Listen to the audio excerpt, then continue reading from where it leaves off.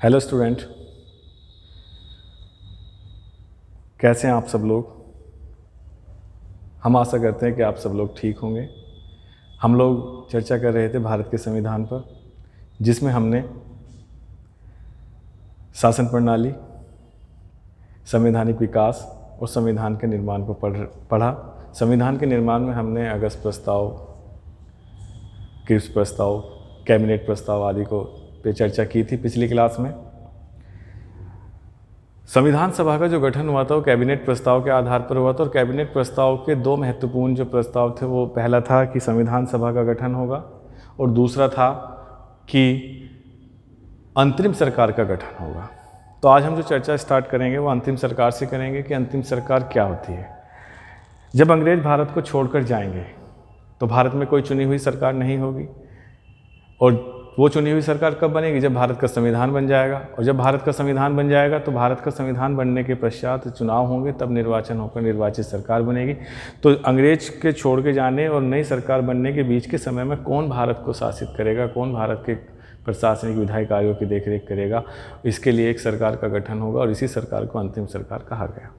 अंतिम सरकार की जो सिफारिश की वो कैबिनेट मिशन ने की थी, तो उसी अंतिम सरकार को हम लोग पढ़ते हैं। यहाँ से क्वेश्चन बनने की संभावना रहती है कि अंतरिम सरकार में वित्त मंत्री कौन था, रेल मंत्री कौन था, एसेट्रा क्वेश्चन यहाँ से बन जाते हैं।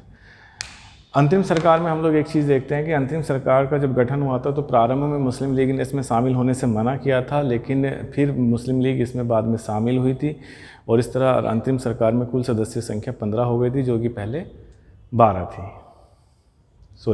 थी। मुस्लिम लीग के प्रतिनिधि जब पाकिस्तान का निर्माण होता है तो पाकिस्तान चले जाते हैं अंतरिम से, और भारत आज़ाद होता है 15 अगस्त 1947 को। तो अब अंतरिम सरकार का जो मंत्रिमंडल था वो भंग होता है, और उसके बाद स्वतंत्र मंत्रिमंडल एक बनता है जो अब आज़ादी के बाद बनता है, और उस स्वतंत्र मंत्रिमंडल से भी कई क्वेश्चन पेपर में आते हैं। तो आपको ये समझना है कि क्वेश्चन कैसे पूछता है।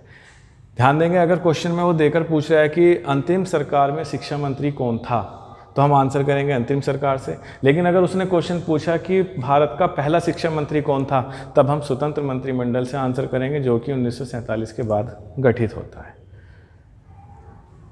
तो ये क्वेश्चन पर बेस करेगा पेपर में उसने कैसा क्वेश्चन पूछा है। अगर वो अंतरिम सरकार को मेंशन कर रहा है क्वेश्चन में, तो यहाँ से आंसर करेंगे। अगर उसने केवल ये पूछा कि पहला शिक्षा मंत्री, पहला रेल मंत्री, पहला वित्त मंत्री, तो आंसर हम स्वतंत्र मंत्रिमंडल से करेंगे, जिसका निर्माण 1947 के बाद होता है। तो अंतरिम सरकार का गठन किसकी सिफारिश पर हुआ था? कैबिनेट मिशन की सिफारिश पर। पहला पॉइंट यही लिखेंगे,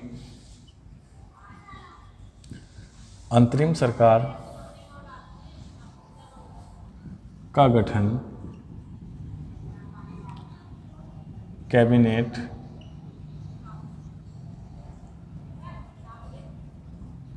मिशन की सिफारिश पर हुआ था।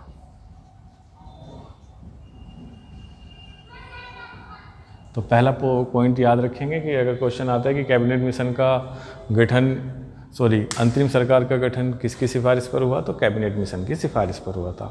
यही क्वेश्चन आता है अगर संविधान सभा के बारे में कि संविधान सभा का गठन किसकी सिफारिश पर हुआ, तो भी हम आंसर करेंगे कैबिनेट मिशन के। आप जानते हैं कि कैबिनेट मिशन में 3 सदस्य थे। पथिक लॉरेंस इसके अध्यक्ष थे, स्टेफर्ड क्रिप्स और एबी अलेक्जेंडर इसके सदस्य रहे थे।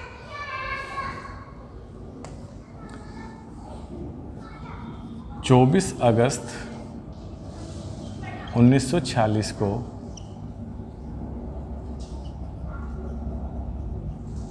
अंतरिम सरकार के गठन की घोषणा की गई।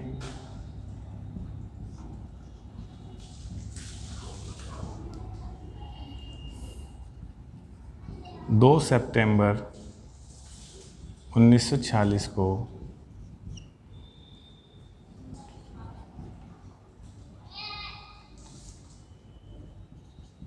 अंतरिम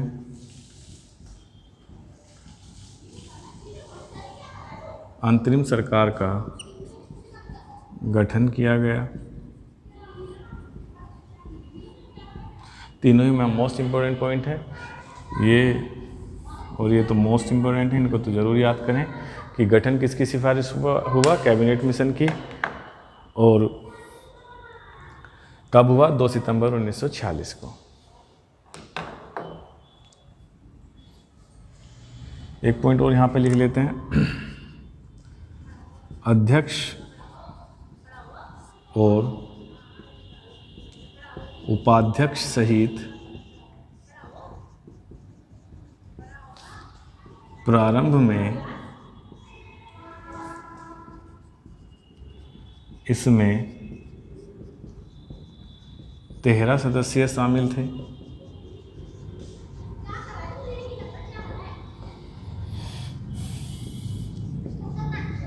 मुस्लिम लीग के शामिल होने के पश्चात इसमें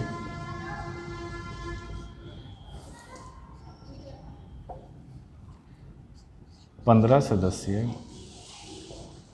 हो गए। तो फाइनली कितने सदस्य रहे इसमें? 15 सदस्य रहे।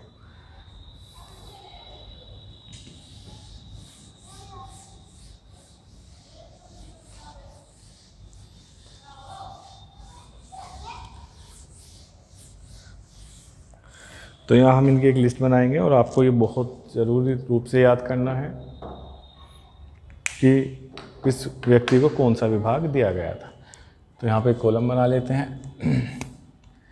एक तरफ विभाग लिख लेते हैं और एक तरफ सदस्य लिख लेते हैं।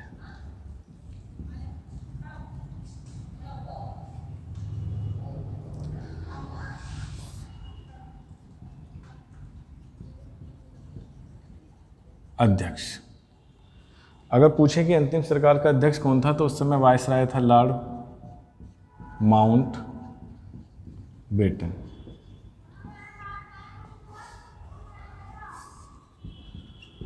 उपाध्यक्ष और विदेश मंत्री,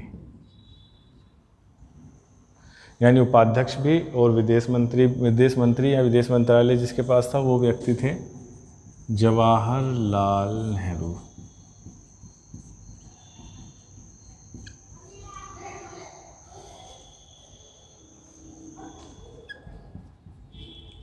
गृह, मोस्ट इम्पोर्टेंट तो गृह मंत्री ही हैं। इसके अलावा इनके पास सूचना व प्रसारण मंत्री। तीनों विभाग जिन व्यक्ति के पास थे, गृह, सूचना व प्रसारण मंत्री, वो थे सरदार वल्लभ भाई पटेल। यानी विदेश मंत्री और उपाध्यक्ष जो अंतरिम सरकार के थे वो जवाहरलाल नेहरू थे, अध्यक्ष लॉर्ड माउंट बेटन थे और गृह मंत्री सरदार वल्लभ भाई पटेल थे।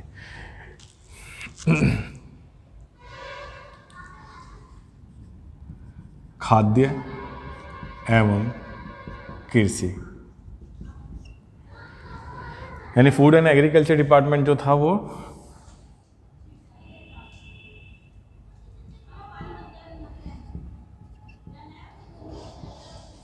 डॉक्टर राजेंद्र प्रसाद के पास था। क्वेश्चन आता है कि कृषि मंत्री कौन थे अंतिम सरकार में, तो आंसर होगा डॉक्टर राजेंद्र प्रसाद। श्रम मंत्री, लेबर मिनिस्टर या श्रम मंत्रालय किसके पास था? बाबू जगजीवन राम। बाबू जगजीवन राम के पास था।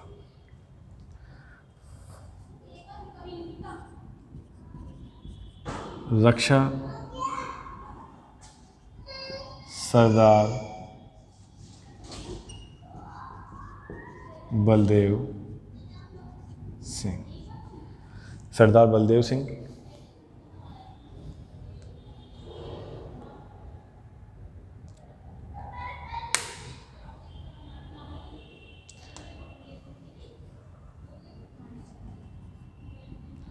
शिक्षा,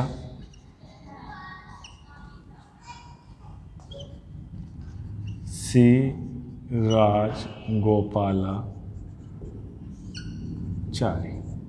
ये चारी है। शिक्षा मंत्री जो थे वो अंतिम सरकार में सी राजगोपालाचारी थे।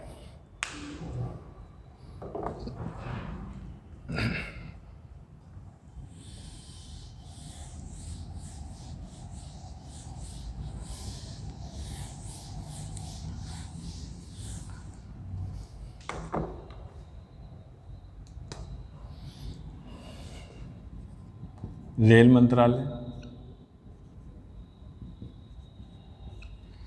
रेल मंत्री थे आसफ अली।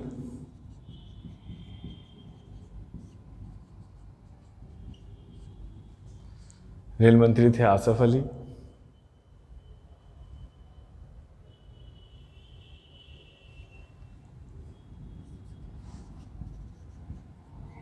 उद्योग व आपूर्ति,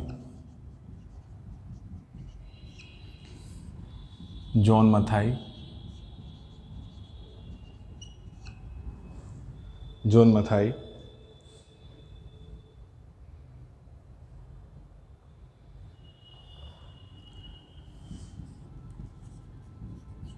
कार्य, खान व ऊर्जा मंत्री व ऊर्जा,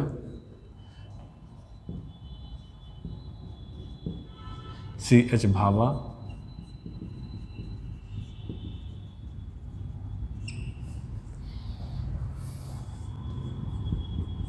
फाइनेंस यानी वित्त मंत्री, मोस्ट इम्पोर्टेंट पॉइंट है। वित्त मंत्री थे लियाकत अली।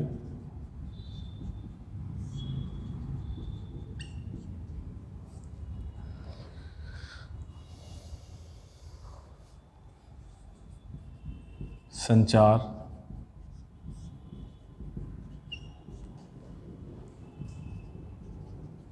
अब्दुल नस्तर।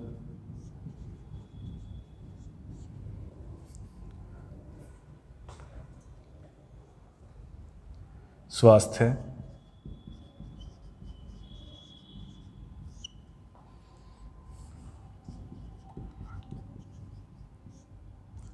राजा गजनफर अली।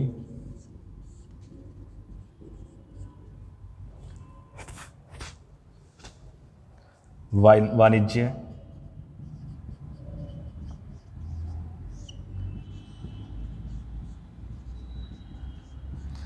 वाणिज्य मंत्री आई चुंदरीगर।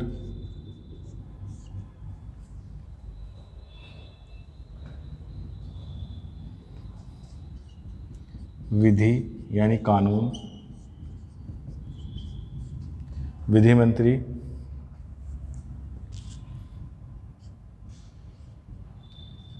जोगेंद्र नाथ मंडल। तो इस तरह से 15 सदस्यीय अंतरिम सरकार का गठन कैबिनेट मिशन की सिफारिश पर हुआ था। बाद में क्योंकि इसमें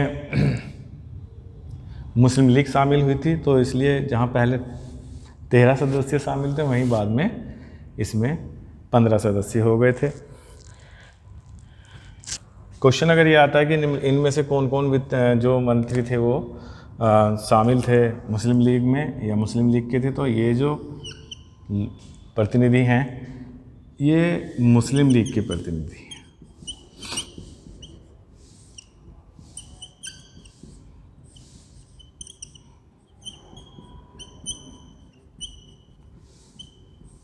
तो याद रखना है आपको, लियाकत अली, अब्दुल नस्तर, राजा गजनफर अली, आई चौधरीगर और जोगेंद्र नाथ मंडल ये मुस्लिम लीग के प्रतिनिधि हैं। क्वेश्चन अगर आता है कि निम्नलिखित में से अंतिम सरकार के निम्नलिखित में से कौन से सदस्य मुस्लिम लीग के प्रतिनिधि थे, तो आपको ये पांचों के नाम याद रखने हैं। या फिर क्वेश्चन बनेगा कि अंतिम सरकार में वित्त मंत्री कौन बनाए गए थे, तो आप आंसर करेंगे लियाकत अली। तो अब आप देखिएगा जहाँ इसमें भारतीय दलों के भी लोग शामिल हैं, कांग्रेस जो सबसे प्रमुख दल रहा था उस समय और अन्य दलों के भी लोग इसमें शामिल रहे और मुस्लिम लीग के भी शामिल रहे। इसीलिए डॉक्टर अंबेडकर अंतिम सरकार के बारे में कहते हैं कि यह एक देश की सरकार है जिसे दो राष्ट्र चला रहे हैं। एक देश की सरकार है जिसे दो राष्ट्र चला रहे हैं। इस तरह से अंतरिम सरकार का गठन हुआ। अब क्योंकि हम जानते हैं देश का विभाजन होता है और विभाजन के पश्चात मुस्लिम लीग के जो प्रतिनिधि हैं वो पाकिस्तान चले जाते हैं, तो भारत आज़ादी के बाद में भारत के लिए एक स्वतंत्र मंत्रिमंडल का गठन किया जाता है, जिसको हम यहाँ पर बात करेंगे।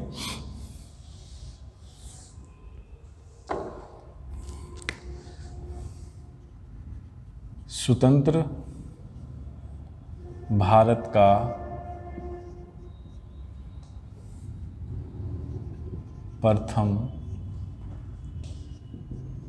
मंत्रिमंडल। ध्यान देना है कि क्वेश्चन जैसा वो पूछे वैसे ही आंसर आपको देना है। अगर वो आपसे पूछ रहा है कि अंतरिम सरकार में वित्त मंत्री कौन था, तो हम अंतरिम सरकार से करेंगे। अगर वो पूछ रहा है भारत का पहला वित्त मंत्री, पहला शब्द अगर वो क्वेश्चन में देता है तो आपको आंसर करना होगा इस मंत्रिमंडल से। ठीक है, तो इसको भी हम ऐसे ही बना लेते हैं। एक तरफ लिखेंगे विभाग और एक तरफ लिख लेंगे सदस्य। कुछ अंतरिम सरकार के लोग ही इसमें शामिल रहेंगे, कुछ चेंज होंगे जिनके स्थान पर नए व्यक्तियों को शामिल किया जाएगा और उनको मंत्रालय दिया जाएगा। तो यहाँ पर हमें थोड़ा चेंज मिलेगा।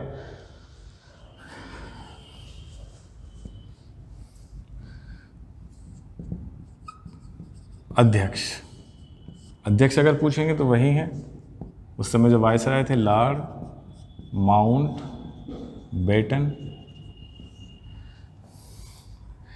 लॉर्ड माउंट बेटन अध्यक्ष रहेंगे क्योंकि 1948 तक ये गवर्नर जनरल रहते हैं। 1948 के बाद जो भारत के पहले गवर्नर, भारत के जो पहले भारतीय गवर्नर बनते हैं वो श्री गोपालाचारी, तो फिर उसके बाद में श्री गोपालाचारी इसके अध्यक्ष बन जाएंगे। तो हम उसको भी लिख लेते हैं नोट में, यहाँ पे ब्रैकेट में। 1948 के पश्चात श्री गोपालाचारी अंतरिम सरकार में। श्री गोपालाचारी क्या है?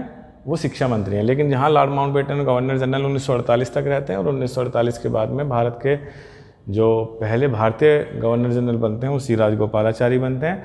इसलिए यहाँ पर श्री गोपालाचारी 1948 के बाद में अध्यक्ष इस मंत्रिमंडल के होंगे। दूसरा महत्वपूर्ण है प्रधानमंत्री। यहाँ शब्द यूज किया गया प्रधानमंत्री, और इनके पास ही क्या था? विदेश मंत्रालय। तो ये विदेश मंत्री भी थे। और 2 नंबर पर हम लिखेंगे जवाहरलाल नेहरू। तो स्वतंत्र भारत का जो प्रथम मंत्रिमंडल है उसमें कौन है? प्रधानमंत्री जवाहरलाल नेहरू। यही कारण है कि जवाहरलाल नेहरू इतने लंबे समय तक प्रधानमंत्री रहे। यहाँ पर प्रधानमंत्री, इससे पहले अंतिम सरकार में भी वो उपाध्यक्ष रहे, फिर वो चुनी हुई सरकार में भी पहले प्रधानमंत्री, फिर कार्यकाल पर रहते हुए 1964 तक 64 में उनकी मृत्यु होती। तो इस प्रकार वो 1946 से 1964 तक प्रधानमंत्री के पद पर रहते हैं। तो इसलिए सबसे लंबी अवधि तक जो प्रधानमंत्री रहे वो जवाहरलाल नेहरू रहे। तीसरा वही गृह, सूचना व प्रसारण मंत्री। ध्यान देना ये मोस्ट इम्पोर्टेंट है। गृह मंत्री जब भी पूछेंगे तो हम आंसर कर देंगे सरदार वल्लभ भाई पटेल।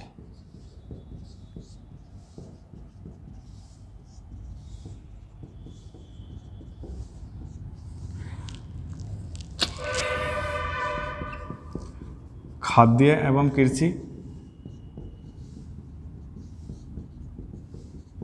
कोई चेंज नहीं है, वही है डॉक्टर राजेंद्र प्रसाद ही।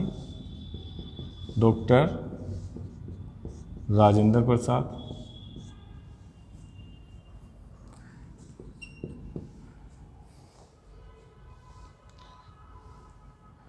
रक्षा मंत्री कोई चेंज नहीं है, सरदार बलदेव सिंह ही हैं।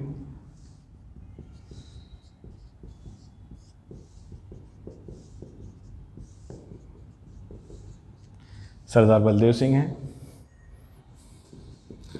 शिक्षा मंत्री में हम यहाँ चेंज देखेंगे, क्योंकि शिक्षा मंत्री जो अंतरिम सरकार में श्री राजगोपालाचारी थे वो अब क्या बन गए हैं, अध्यक्ष बन गए हैं, तो इसलिए शिक्षा मंत्री जो होंगे वो मौलाना अबुल कलाम आज़ाद है।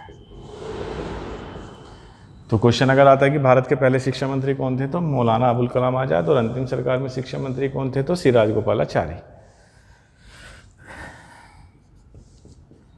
विधि यानी कानून मंत्री, अंतिम सरकार में हमने पढ़ा कि विधि मंत्री जोगेंद्र नाथ मंडल थे, लेकिन यहाँ विधि मंत्री जो बनेंगे वो होंगे डॉक्टर भीमराव अंबेडकर।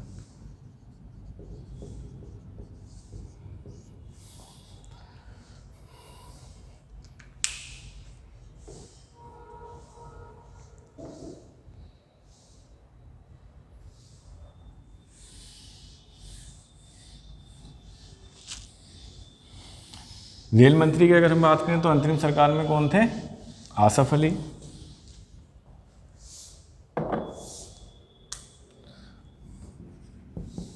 रेल व परिवहन,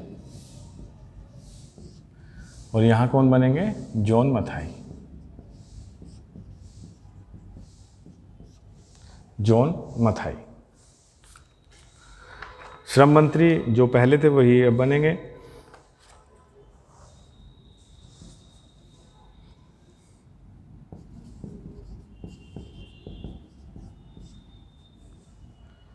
बाबू जगजीवन राम।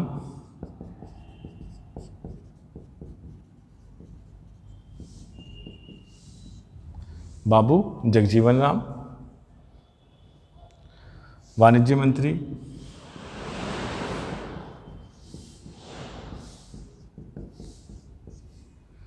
CH भाभा।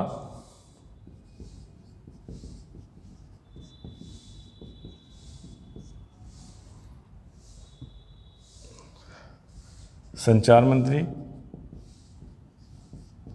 अंतिम सरकार में अब्दुल नस्तर थे, और यहाँ रफ़ी अहमद किदवई।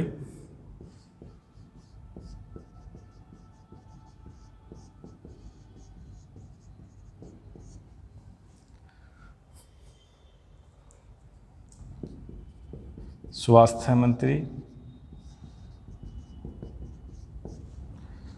वहाँ राजा गजनफर अली, और यहाँ राजकुमारी अमृत कौर।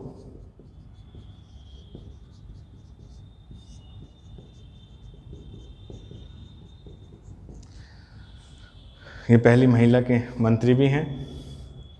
तो अगर क्वेश्चन आता है कि भारत की पहली महिला मंत्री कौन बनी थी, तो राजकुमारी अमृत कौर, जो स्वतंत्र मंत्रिमंडल में क्या बनी थी, स्वास्थ्य मंत्री बनी थी। 13 मोस्ट इम्पोर्टेंट है वित्त मंत्री।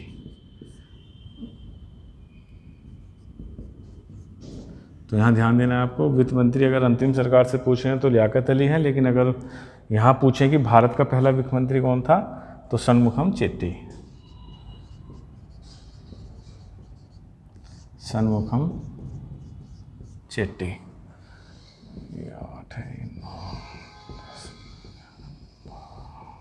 षणमुखम चेट्टी।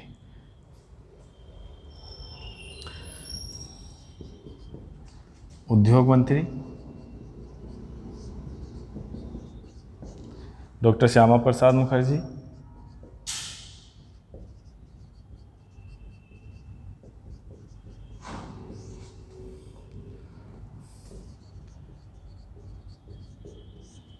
श्यामा प्रसाद मुखर्जी।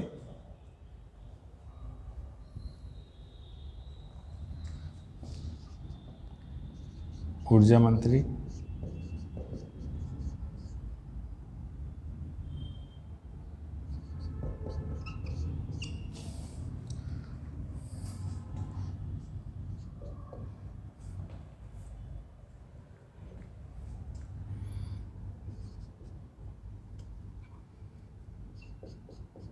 गाडगिल।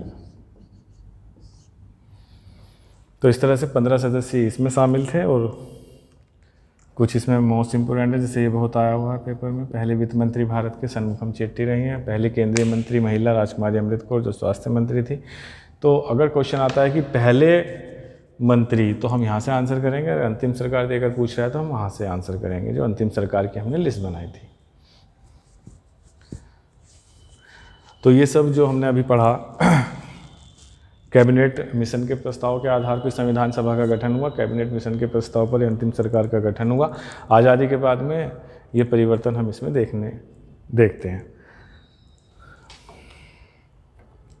जहाँ प्रारंभ में कांग्रेस और मुस्लिम लीग दोनों ने ही कैबिनेट मिशन के प्रस्ताव को स्वीकार किया था, वहीं बाद में मुस्लिम लीग ने इसको अस्वीकार कर दिया और 16 अगस्त को उसने प्रत्यक्ष कार्यवाही दिवस मनाया। प्रत्यक्ष कार्यवाही दिवस 16 अगस्त 1946 को बनाया था उसने 1946 में। और जब प्रत्यक्ष कार्यवाही दिवस मनाया तो क्योंकि कैबिनेट मिशन में भी पाकिस्तान जैसी बात अभी स्वीकार नहीं की थी बड़े स्तर पर, तो इसलिए उसने प्रत्यक्ष कार्यवाही दिवस मनाया और लड़कर लेंगे पाकिस्तान का नारा दिया, जिस वजह से काफ़ी बड़े स्तर पर सांप्रदायिक दंगे हुए और उन दंगों के पश्चात पाकिस्तान और के निर्माण की बात को स्वीकार किया गया और फिर भारत का विभाजन हुआ। जो हम स्वतंत्र जो अधिनियम हमने पढ़े थे उसमें भारतीय स्वतंत्रता अधिनियम जो 18 जुलाई को पास हुआ था, जिसके आधार पर 14 अगस्त को पाकिस्तान बना और 15 अगस्त को भारत को आज़ादी मिली, तो वो सब हम पढ़ चुके हैं पहले। बाकी इतिहास में पढ़ते हैं जो ये चीज़ें घटनाक्रम कैसे कैसे हुआ था। तो इस तरह से दोनों मंत्रिमंडल हम लोग पढ़ चुके हैं। अगला जो हमारा टॉपिक होगा, क्योंकि संविधान सभा का निर्माण हो चुका था, अब हम संविधान सभा की कार्यवाही को पढ़ेंगे कि किस प्रकार उसने बैठक की और किस प्रकार उसने संविधान के निर्माण को प्रारंभ किया था। यहाँ तक आप लोग इसको अच्छे से याद करिएगा। अगर इसमें कोई दिक्कत हो तो आप मुझे कमेंट बॉक्स में लिखकर पूछ सकते हैं। अगली क्लास में हम संविधान सभा की कार्यवाही पर चर्चा करेंगे। तब तक के लिए धन्यवाद।